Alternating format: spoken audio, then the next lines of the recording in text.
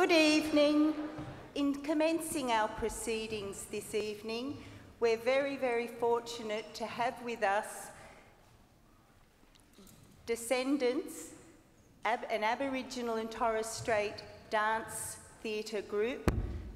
This group has travelled internationally and across Australia promoting both the culture, history and importance of our Indigenous people. Please join with me in welcoming descendants.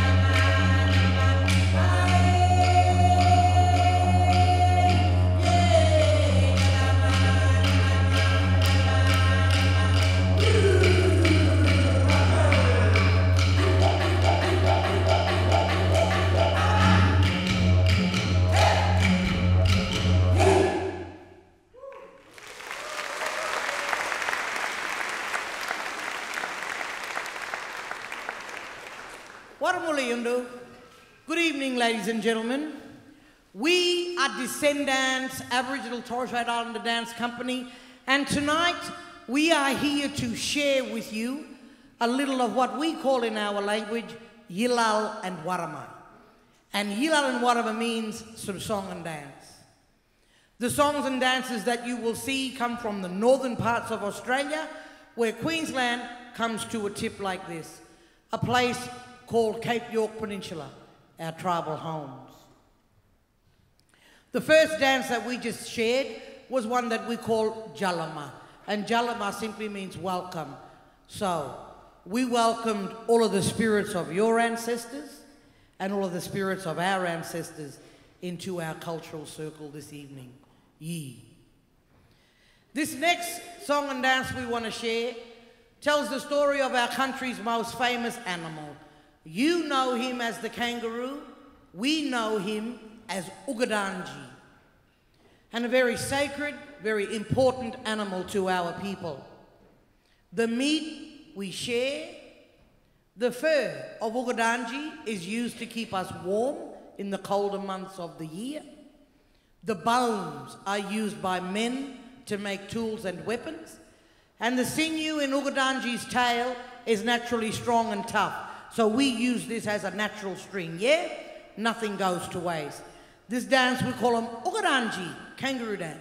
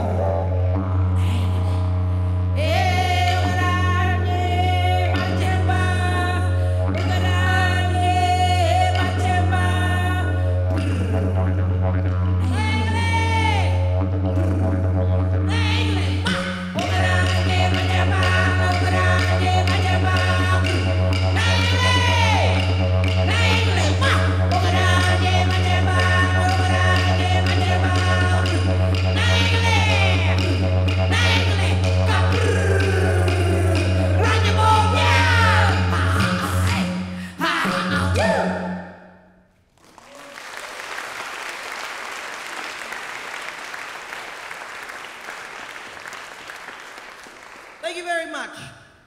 This next Yilal and Warama we want to share with you is one that we call Bullier. And Bullier tells the story of one of our most sacred birds. And he's very sacred all over Cape York Peninsula. This dance is the dance of the sea eagle. And this dance speaks of the sea eagle soaring and flying high in the sky. When he scoops down on his fish, once that fish, that guyu, is consumed and eaten by Bullier, their souls and their spirits become one. This dance we call him Bullier, sea eagle dance.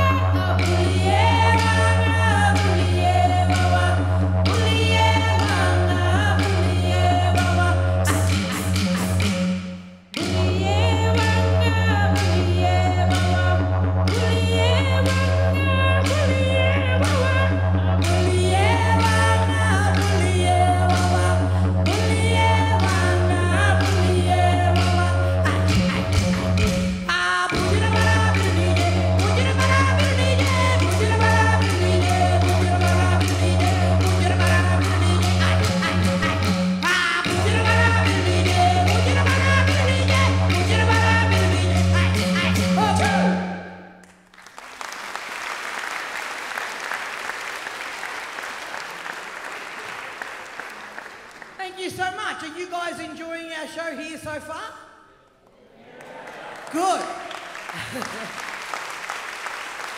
Thank you, good. Because now it's come to the part of our performance where it's going to get a little bit interactive. We're going to get you up here to join us. And this next Hilal and Wanama we want to share tells the story of Australia's biggest bird. He is a cousin to the ostrich over there in Africa and a brother to Kindaja the cassowary. He is obviously Ngampi the emu. And again, ladies and gentlemen, a very sacred bird and very important animal. The meat we share and the feathers of Ngampi the emu are used in our traditional costumes and our traditional regalia. So please take note, because after this, I'm going to invite you up here to come and join us. And I must tell you, it's considered a huge insult to refuse.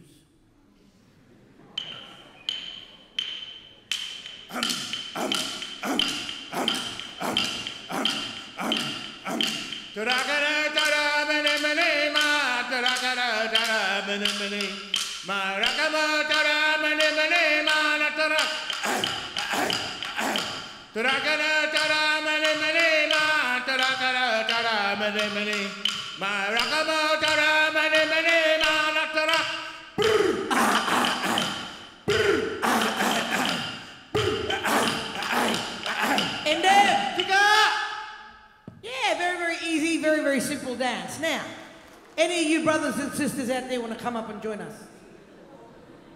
Don't all jump up at once, yeah? Come down, brother. This is about sharing and about caring and learning. Anybody, come and welcome. Yes? Jalama, you know, welcome. Come, come. This is about sharing and caring. Jalama, you know, welcome. Yep? Let's get the whole tribe up here. Jalama, you know, welcome. All right, thank you very much. Now, listening up. One thing I will honestly tell you about Ngumpy the emu, he's a very, very proud bird, all right? He struts around this country like he owns the joint, which he does. All right, so his head is always nice and high. Yep. Okay, head held nice and high. He's a very proud bird, Ngumpy the emu. All right, so he scratches on the ground. Yeah, he eats on the ground. Yep. And Ngumpy the emu always likes to look good, so he's constantly pruning his feathers. Yeah? You think they got it?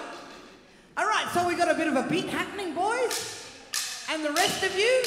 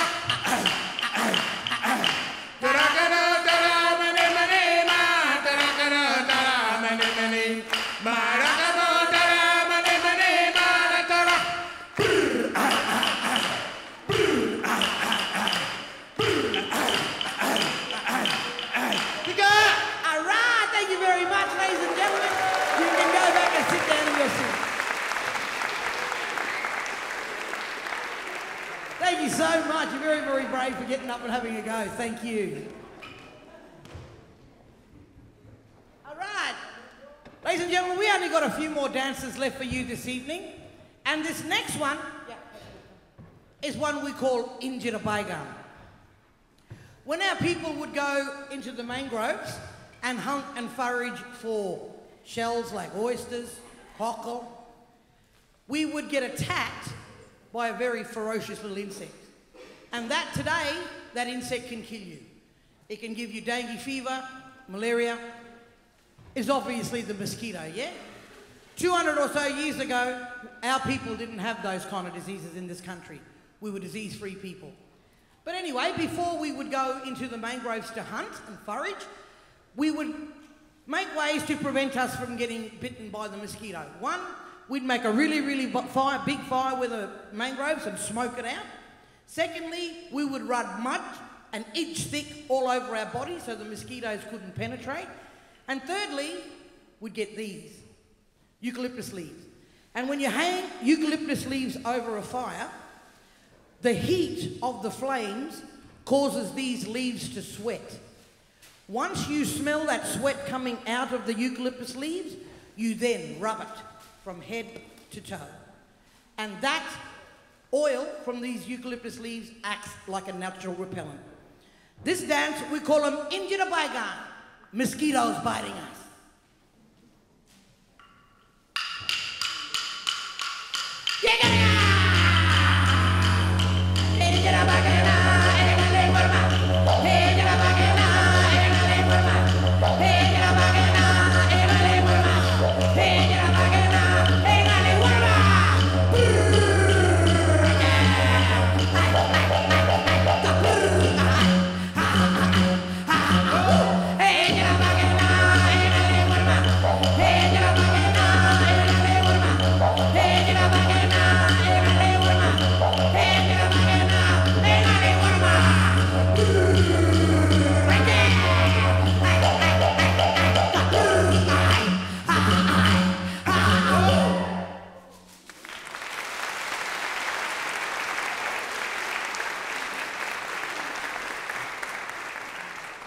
Thank you very much.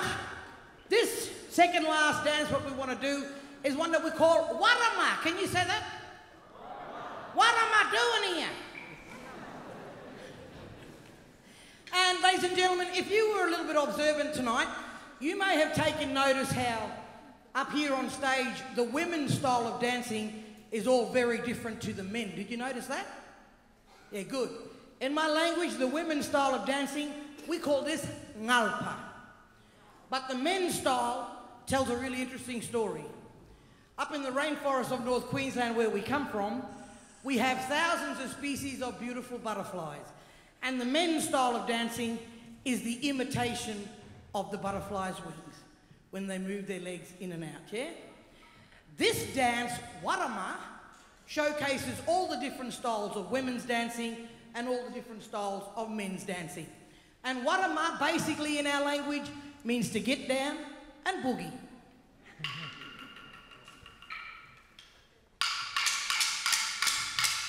Yeah, warama!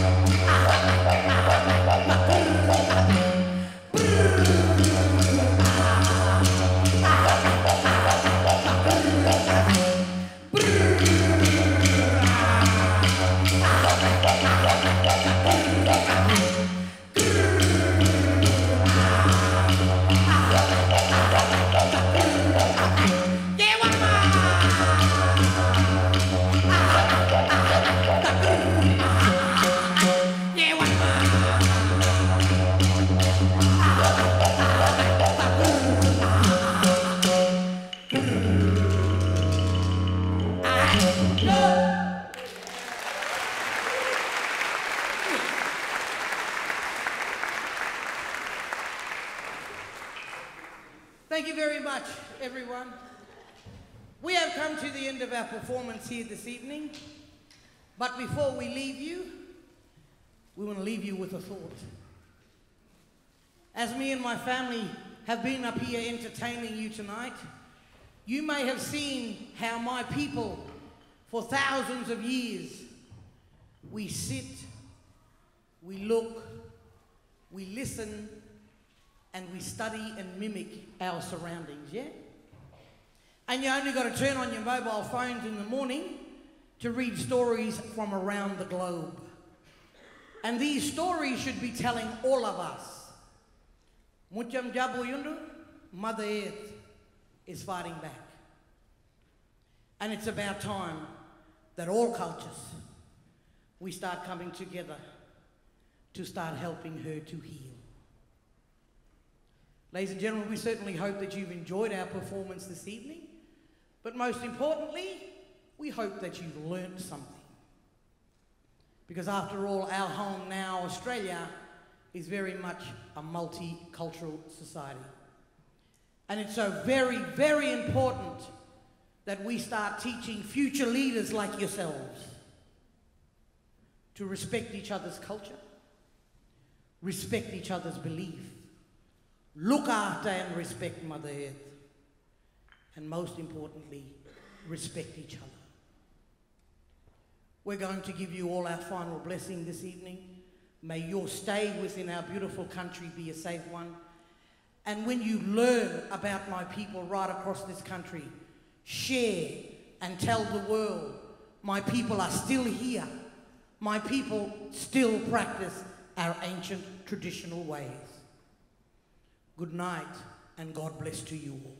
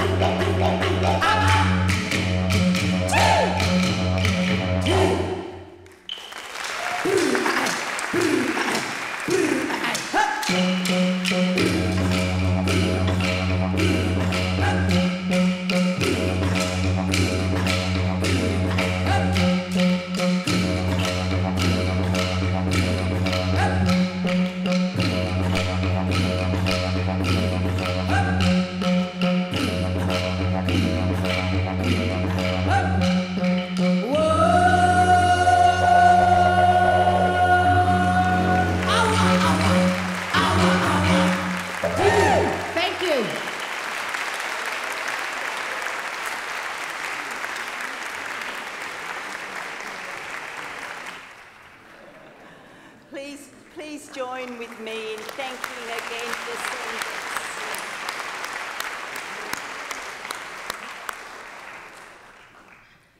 Good evening again. My name is Sandra Norris and I'm Director of Student Life and Learning. This is an area of the university charged with assisting to improve the student experience, and we provide a whole range of services and programs to help address personal, academic and professional development.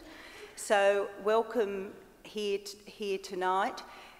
Shortly you will hear from a number of speakers. We're fortunate to have two of our student leaders to speak with you, one of our senior academics and a past student, one of our recent graduates. In starting the proceedings tonight, I'd like to acknowledge the Bidjigal people, the traditional custodians of this land, and call on you to pay our respects to the elders past and present. Our first speaker tonight is Professor Fong Chua. I have some notes to read out about Fong's impressive academic record, but I'd like to start by saying Professor Chua is our current Pro-Vice Chancellor of Students. She works tirelessly to improve the experience of students and is always pleased to receive feedback and suggestions as to how we could assist your time here to be the best that it could be. Professor Chua, before becoming our PVC student, she was the Pro-Vice Chancellor of Enterprise here at UNSW, which is another senior position. She was also head of the School of Accountancy for a number of years and a senior associate dean within the Australian School of Business. Professor Chua holds a first-class honours degree and PhD from Sheffield University, as well as a number of doctorates and international awards. Please join with me in welcoming Professor Chua.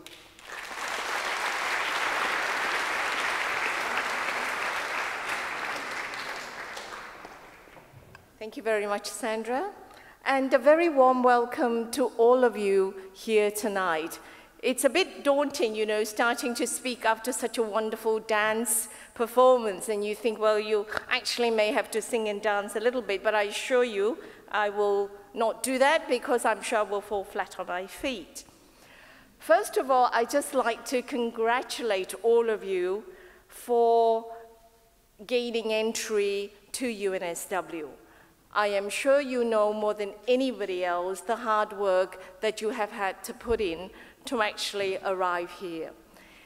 If there are friends and family and supporters, I'd like to congratulate you too, because often our own success depends so crucially on the support of our family and our friends and of course parents. So congratulations all for coming here. UNSW is one of the world's top universities, and you can look at various rankings, but we are in the top 50 or 100, as I said, depending on rankings. Now, this is a really tremendous achievement for us because we are but 66 years old. And yet, last year, we achieved the largest amount of research funding from the NHMRC, which gives out research for the medical sciences, and also the largest number of grants from the Australian Research Council. There are other statistics which may impress you more. For example, it is said that UNSW is the first in Australia for the number of CEOs that we actually produce, who are now currently running the top 100 companies on the Australian Stock Exchange. There are other statistics who say we have the largest number of folks who have now become millionaires. No pressure on you, of course. But we hope to have similar traditions being carried going forward. But I'd like to start a little by telling you about the history of the institution that you have joined. UNSW was actually established as the University of New South Wales in 1949. And our focus was very much on conducting research and teaching in the scientific, technological, and professional fields.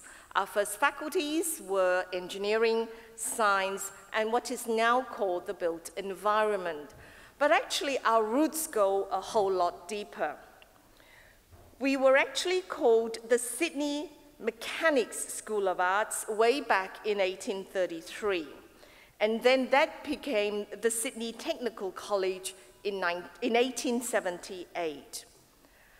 And that gives you a sense of our history and the kind of vision of us as an institution. We are very much geared towards science and tech and the professions, although we are now a very large and comprehensive university. We have always taken pride in the fact that we have offered opportunities for education to students irrespective of their background.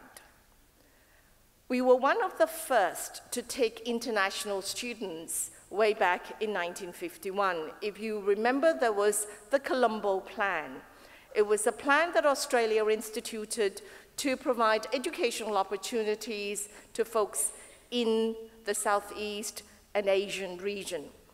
And we welcomed many students to this shore on the basis of that plan. I thought you might like to see some old photographs of our institution. We actually have a very high water table. This is currently where the oval is. And it was actually very much a kind of little pond in those days. I hope you will find this building on campus. It still exists. It's actually the old main building, housing many of our faculties and schools in the sciences. And of course, this is what the walkway looked like way back in 1964. I hope you still look at it and see bits of the walkway. And look what we have today. This is this wonderful view as you come across the gate of the university. But remember, this was the Faculty of Law way back in 1976. If we have postgraduates here, you might like to kind of look at this building and look at the Freehills Library now. What a tremendous change in our facilities. And just a few more to show you how privileged we have now been providing facilities to our students. This is what you would have been like if you were sitting in a lecture in 1964, and I bet you it wasn't air-conditioned. And of course, wonderful new facilities now. This is the lab way back then, in 1962 for the medical school. And of course, here, the wonderful Lowy Research Center.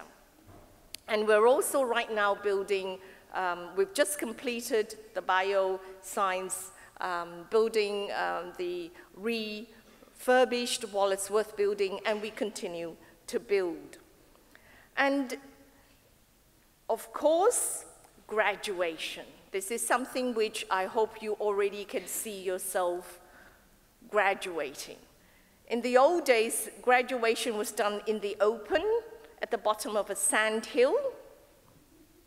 I think it would have been very hard for the Chancellor to have been heard. And hopefully, this is what you will experience in just a few years, your own graduation. And as we think about the history of our institution, it makes us think and remember what the role of universities are. For me, a university is essentially a place where we seek to learn and to discover, to make new products, to offer new services, in order that we might contribute to the communities that we live in. A university produces knowledge in order that we can change people's lives for the better. And I'd like to think that all of you will think about how through your knowledge, through your research, and through the learning that you will experience here, you will go forward to actually change for the better the communities that we live in. And so what are our aspirations? And it reflects that. The new Vice-Chancellor is very keen to talk about three things. One, academic excellence. And here we think about excellence not only in research, but clearly in teaching and in the education we provide. Secondly, it is about social engagement. How do we actually engage with our communities? How do we make a contribution? How do we actually have impact not only in our local and regional areas, but globally? Some of it will be through our research. Some of it may be in the organizations that we will work in or the companies that we will actually set up. And so I'd like to think that when you come and join us, you will learn and enjoy life here, but also that you will go forward in order to think about how you can engage and the impact that you might have. And I know that we are one of the most cosmopolitan universities as well, and each year we welcome thousands of students from these countries, from China, from Hong Kong, Indonesia, all over the region. And for the international students, clearly there is a great contribution that they will think of in terms of going home and the kind of inventions that they might make back in their own country. I won't be talking very long, but I'd like to share with you a couple of, if you like, tips of how you might succeed when you come to the university like New South Wales. There are some 50,000 students, but in many respects, you can actually form invaluable networks in small spaces, through your schools, through your faculties, through your research teams. And so the size should not daunt you, but actually gives you great opportunities to make new friends and create networks that will last, hopefully, for decades. I don't know how many of you know about a company called Atlassian. Do you know about the company called Atlassian? It's an Australian technology company that has just recently listed in London. It's a bit sad they're not listing here, but anyway, they've listed in London. And the founders were two students who met here at New South Wales. And they have gone on to create wonderful new services in the IT field. And so there are lots of opportunities to form networks. The main thing to do is to engage. You know, think about going to lectures or events which may not be in your own faculty. The School of Business runs a wonderful series called Meet the CEO, and you'll get to hear from all kinds of chief executive officers. Some run airlines, some will run banks. So if you're an engineer, you might just want to wander down and listen. There are great lectures also, for example, about architecture or sustainable building. And again, if you're in commerce, you might want to go and listen to what these folks have to say. And finally, if there was to be one tip, it is enjoy yourself. This place hopefully will be a defining experience for you. I remember very well my own experiences in universities many, many years ago. And I have my friends that I met at university, and of course I do have a husband whom I married, whom I met at university. So there are many great things that can come from going to university. And I wish you all the very best. We are here to try and assist and support you. I wish you all the very best in every success as you start on the journey with us here at New South Wales. Thank you very much, ladies and gentlemen.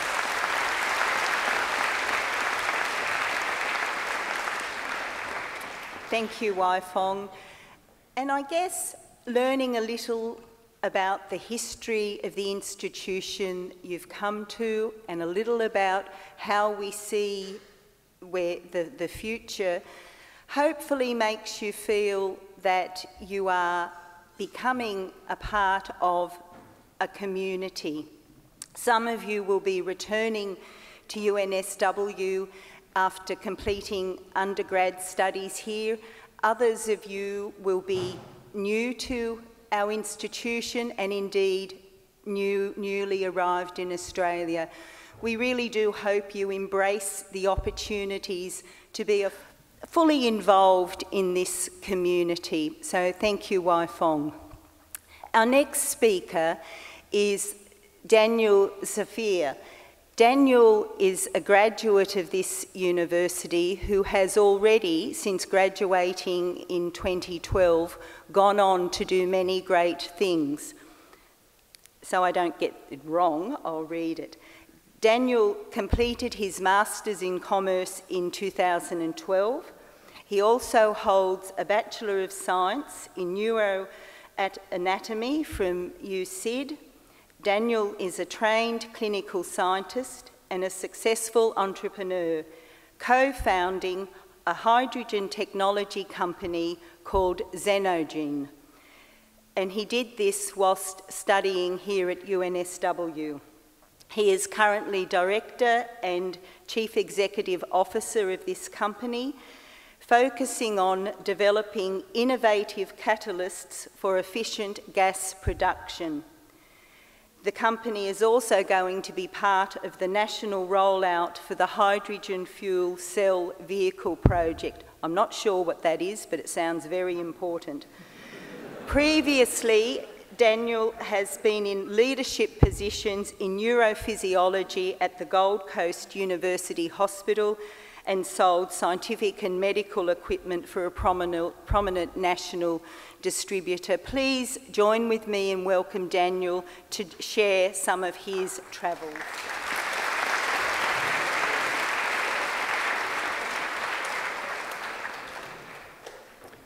Thank you very much. Professor Pro-Vice Chancellor Chua, distinguished faculty, guests, parents and friends, and to you, the postgraduate students. I'm excited to be here this evening to welcome you all into the UNSW family. And now that we're officially family, feel free to add me on Facebook. No, not right now, after the speeches tonight. So I'm standing here tonight because as a student of UNSW a couple of years ago, I took a technology out of this university. It was developed by some fantastic academics at the School of Chemistry, and the university provided me the opportunity to launch this technology into the world. My co-founder and I, we managed to raise some significant investment around it, and we've kick-started the business such that today, in only a few short years, we've positioned ourselves as leaders in Australian hydrogen infrastructure, which is quite important because recently we've been working with two major automotive manufacturers, who unfortunately I can't name, to bring hydrogen refueling infrastructure to Australia because the hydrogen fuel cell cars are coming. So I won't spend too much time on that. That's interesting for another time. They've only given me a few short minutes. So nor will I spend this time to reminisce about some of those images that we saw up on the screen, the clear starry nights spent with classmates above the terraces above the walkway on the Scientia building, admiring the picture-perfect views and dreaming together about our futures and what they might bring. And nor will I tell you about our lunchtime spent on the library lawns here. You'll just have to find your own perfect spots on campus to seek inspiration and to quietly study or simply to while away your time. Nor am I here to warn you about college parties or rocket-fueled Oktoberfests. As postgrads, you're definitely old and responsible enough to look after yourselves. I think tonight, I'd like to help you focus on the value of the opportunity that's here before you. Let me start by describing actually a lesson from a person whose work I very much admire, unrelated to the university, unfortunately, but Philippe Starck is a wonderful Parisian designer of otherwise inane objects like toothbrushes and stacking chairs. At his own expense, he marveled that in this world of tooth and nail survival, humanity had evolved to support something as unprofitable to its own existence as aesthetic design. He postulated that the extravagance was afforded by humans' uniquely evolved ability to dream.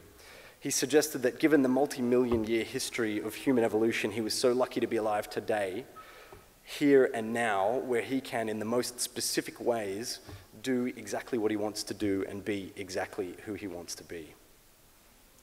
He attributes his success to identifying his path and sticking to it, and he explains so long as we truly understand the force that drives us, we too can do anything. But back to this opportunity. Highly reputable across so many distinct fields, UNSW is now arguably the single most notable school in Australia, and certainly one of the top in the world. And you wouldn't be here today if you weren't passionately driven individuals with vivid imaginations of where you're heading. And some of you, just like Philippe Starck, will know exactly what makes you tick. But please let me tell you that the majority of you are still grappling with the decision of direction, and what lies before you here at UNSW is the valuable opportunity to begin living your dreams, just like I have. So let me tell you a little bit about myself that wasn't part of the original introduction, and it'll, I suppose, give you a little bit of context. I love cars. I love everything about them. They're evocative shapes. The myriad mechanical masterpieces contained beneath the surface. When I left school, all I wanted to be actually was a car mechanic.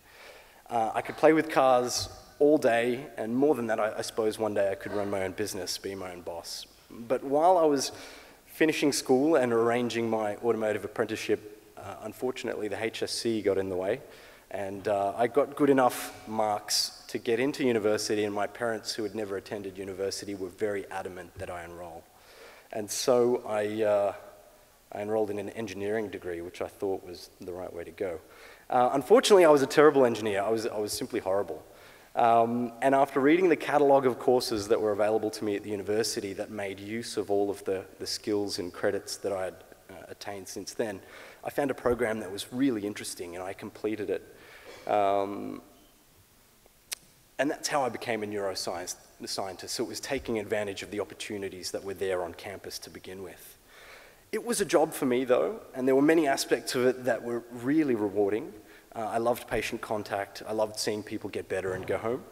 But there was so much about neuroscience that just wasn't for me. I think the main one was I'm completely terrified of zombies, and going home every night smelling of brains wasn't quite for me. So after 3 years, I knew something had to change. And as a clinical scientist, I could see the real impact of the one-to-one relationships that I was forming. And I was really attracted to the idea of affecting change at scale. And for me to do that, I personally felt the need to bolster my scientific experience with business and financial skills. And so for me, it was just a natural choice to come to this university. And I completed a Master of Commerce here. And so it wasn't long ago that I was sitting here where you are now. And if I was speaking to myself, seated in the audience with you tonight, I'd give myself one piece of advice. You're here today to invent, or perhaps to reinvent yourself. And unlike your undergraduate degree, which for you is a journey of discovery, your postgraduate future really does begin today. The next 18, 24 months go so fast. And if you've dreamed the greatest visions of your future beyond your degree, you should really start working towards them now. So in addition to your studies, dedicate yourself to the causes that matter to you. Surround yourself with the people that share that common vision, and join the interest groups, and if one doesn't exist, create one. This university is the perfect platform to enable your dreams in a safe, supportive, and vibrant environment. Take advantage of the opportunity before you and live your dreams. Thank you.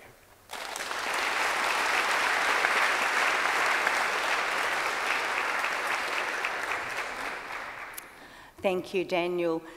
And I guess it's always great to hear from someone who's actually been in the position you have. And again, we hear Daniel echoing the message that there are so many opportunities and possibilities that await you here at UNSW, but it's really up to you to engage and become involved. At the other end of Daniel having been, or is a graduate of this institution, we now have the pleasure of hearing from two of our current student leaders. Whether you're an undergrad student or, as you are, a postgrad student, there are many opportunities to become involved in the life on campus. Our speakers tonight are Ben Heenan. Ben is a fifth-year Commerce and Law student. He currently serves as the chair of the ARC board. ARC is our student organisation on campus. Ben is also heavily involved in the Law Society, the United Nations Society and the Rowing Club. He recently represented the university at an international mediation competition, and he hopes to pursue an exchange overseas. In these notes here, Ben has passed on that during his first classes here, he actually managed to get lost for finding his way to 3 out of 4 of them. So I'm sure he can remember what it is like to be a new student if you are new to this campus. Our second student speaker is Nadine Eyre. Nadine is a 4th-year advanced science student majoring in neuroscience and physiology. Nadine comes from the Central Coast, which is north of Sydney, and she has enjoyed living on campus for the past 2 years. This year, Nadine is our O-Week coordinator. She's also an active member of many student organisations. Today, Nadine will talk to you about what else is on offer for you as postgraduates during O-Week. Please join with me in welcoming Ben and Nadine.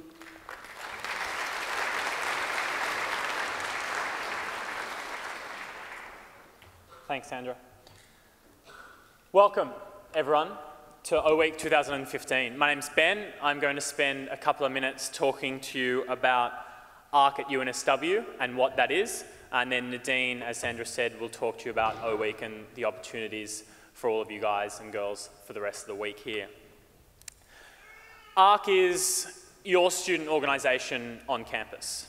We exist for the sole purpose of ensuring that everyone here, all students, have the best student life and the best student experience while they're here at UNSW. And I wanted to take you through what exactly that might mean.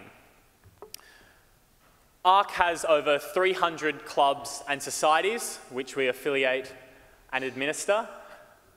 And I encourage you to try and look through all of those and find an area that excites you and something that is your passion, particularly outside of the classroom.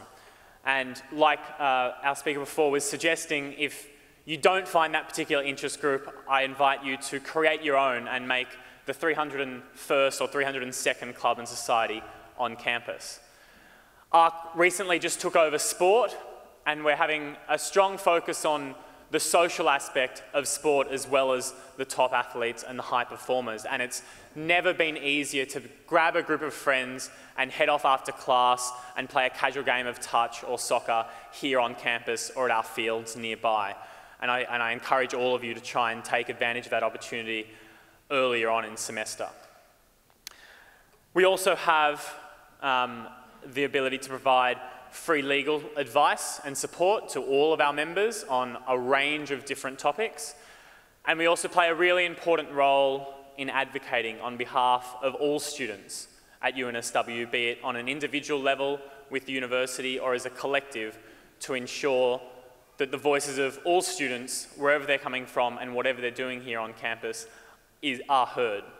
A really important aspect of that is the Postgraduate Council, which is a council that sits within ARC's organisation.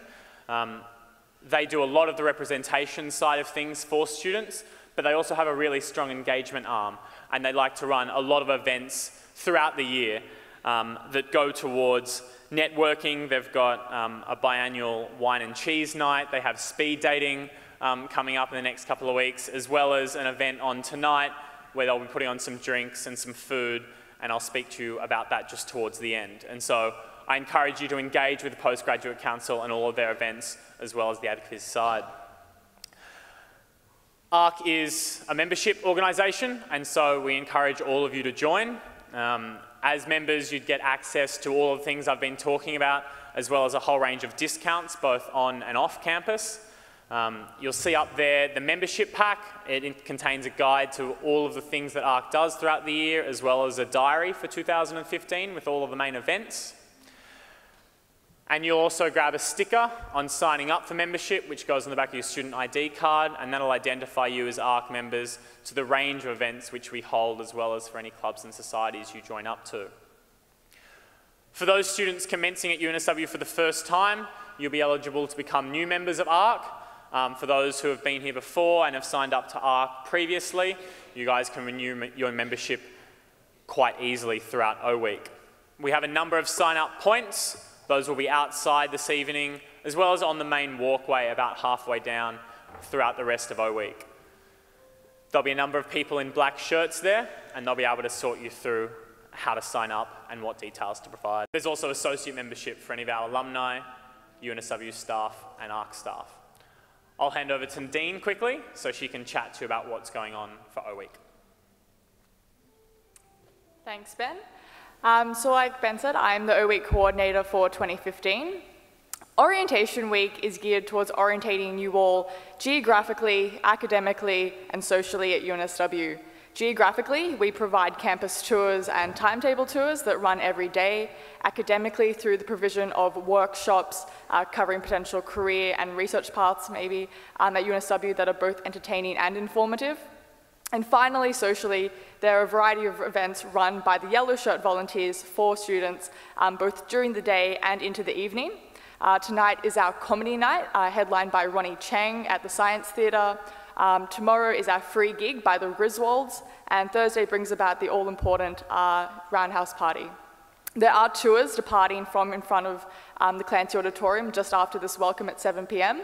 I would highly recommend them. The volunteers have catered all their information to postgraduate students, so you may find that very informative and entertaining. But I'd just like to finish by thanking you all for listening and wishing you all the best time with your studies at UNSW.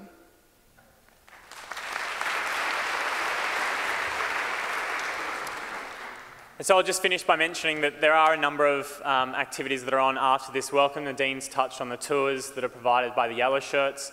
There's also a number of stalls and people and networking opportunities that will be on outside in the foyer, as well as the postgraduate event, which I mentioned before. They'll be walking up to the Cookhouse, which is just up in Randwick, and there are a number of postgraduate counsellors outside who'll be happy to get some groups together and walk up for some drinks and some other food. So I hope to see you out there. If you have any questions about what ARC is or how it can best serve you throughout your time at UNSW, please feel free to ask me afterwards or grab any of the people in the black shirts or the yellow shirts and ask them. Enjoy your time. Thank you so much.